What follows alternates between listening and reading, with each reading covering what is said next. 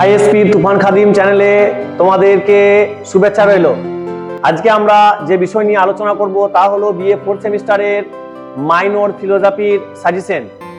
অর্থাৎ এই সাজেশনের বেশ কয়েকটি গুরুত্বপূর্ণ প্রশ্ন করলেই তোমরা 100% পরীক্ষার হলে কমন পাবে।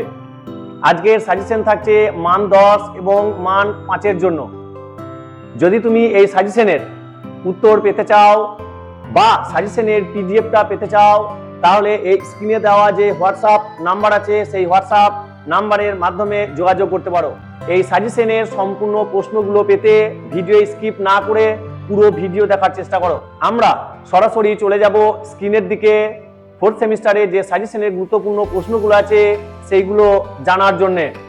দেখো তাহলে স্ক্রিনের মধ্যে দেওয়া আছে তোমাদের এই 4th সেমিস্টারের বেশ কিছু গুরুত্বপূর্ণ প্রশ্ন, অর্থাৎ মাইনর পেপারের। আমাদের যে মাইনর পেপার, সেই মাইনর পেপারটার কোর্স টাইটেল হচ্ছে সমসাময়িক ভারতীয় দর্শন। কোর্স টাইটেলটার নাম হচ্ছে সমসাময়িক ভারতীয় দর্শন। এই সমসাময়িক ভারতীয় দর্শনের মধ্যে আমাদের বর্ধমান ইউনিভার্সিটির সিলেবাসে কয়েকজন সমসাময়িক দার্শনিকের যে মতবাদ সেইগুলো এই সিলেবাসের মধ্যে নির্বাচন করা হয়েছে।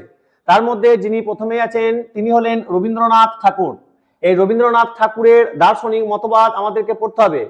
সেই মতবাদ থেকে গুরুত্বপূর্ণ 4টে প্রশ্ন আমাদের 2026-এর সাজেশনের মধ্যেই পড়ে।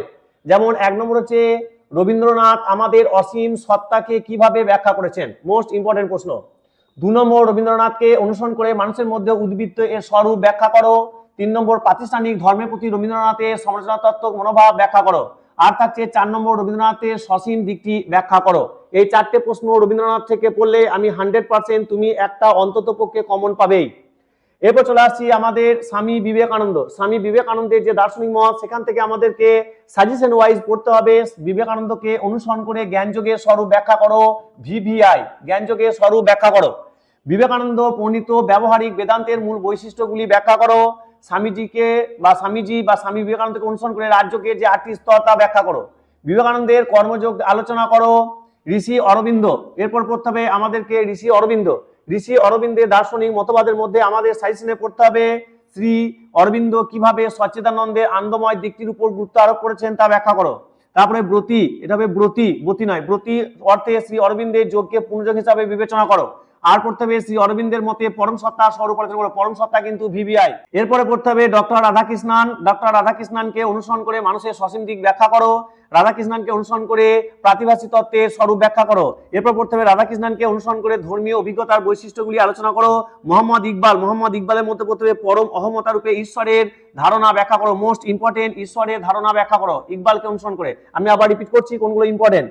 এছাড়া পড়তে হবে ইকবালের মতে আত্মার স্বরূপ ব্যাখ্যা করো। এই ইকবালের দুটো প্রশ্নের মধ্যে একটা 100% তোমরা কিন্তু কমন পাচ্ছ। এরপর চলে আসছি মহাত্মা গান্ধীকে অনুসরণ করে অহিংসা নীতি আলোচনা করো। 100% কোনো গুরুদেব আটকাইতে পারছে না। আর আসছে সত্য ঈশ্বর, অর্থাৎ গান্ধীজির মতে ঈশ্বর কি তা আলোচনা করো। আপাতত রবীন্দ্রনাথ থেকে 4টে, স্বামী বিবেকানন্দ থেকে 5টা, ঋষি অরবিন্দ থেকে 2টো, ডক্টর রাধাকৃষ্ণন থেকে 3টে, মোহাম্মদ ইকবাল থেকে 2টো এবং মহাত্মা গান্ধী থেকে 2টো। এর থেকে ছোট সাজেশন আর হয় না। তাই বলবো, যদি তোমরা এই প্রশ্নের উত্তরগুলো পেতে চাও, তাহলে স্ক্রিনে দেওয়া হোয়াটসঅ্যাপ যে নাম্বার আছে সেই নাম্বারের মাধ্যমে তোমরা যোগাযোগ করতে পারো। আর যদি ভিডিও ভালো লেগে থাকে তাহলে অবশ্যই একটা লাইক দিও।